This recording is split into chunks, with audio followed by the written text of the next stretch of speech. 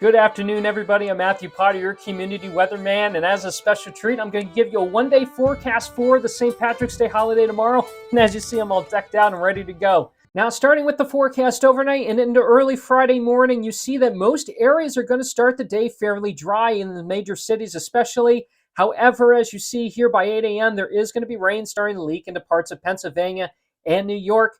And as we continue on into the morning and into the early afternoon, you see that this rain is going to start to spread a little bit further eastward.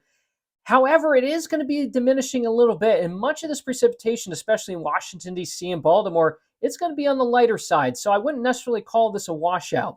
And we'll continue to be dry here in southern New England especially, but up here in northern New England, there is going to start to be some snow mixing in. Now, heading further into the afternoon hours, much of the activity is going to be fairly sparse. Maybe we get into some of the rain out here in Boston, but once again, it's going to be fairly light and not really going to be impacting much of your daily activities. Now, up here, there is going to be some steadier snow up here in Maine and New Hampshire, and this is where we could see a couple of inches of snow once everything is said and done. Now, down here in Philadelphia, New York City, Washington, Baltimore, by the early evening, you are probably going to be dry. However, as you see, there is a cold front that is going to start to leak in from the west.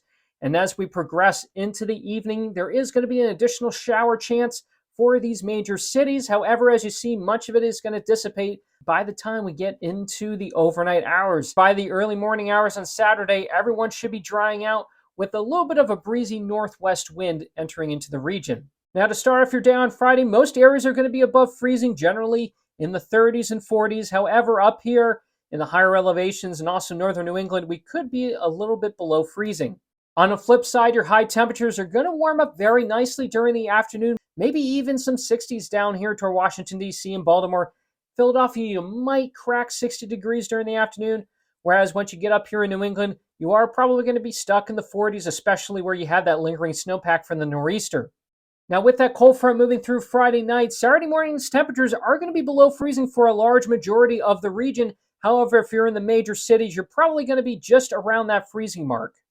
To give you a sense of the precipitation amounts on Friday, here's a map of the 24-hour totals.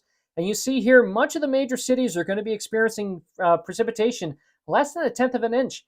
And in some cases, especially here in southern New England, we're probably not even going to see any measurable rainfall. Now, it is going to be a little bit steadier here in western Pennsylvania and New York, so there could be a couple tenths of an inch of rain. And then once again, up here in northern New England, where we could see that wintry precipitation, we are expecting a couple of tenths of precipitation as well.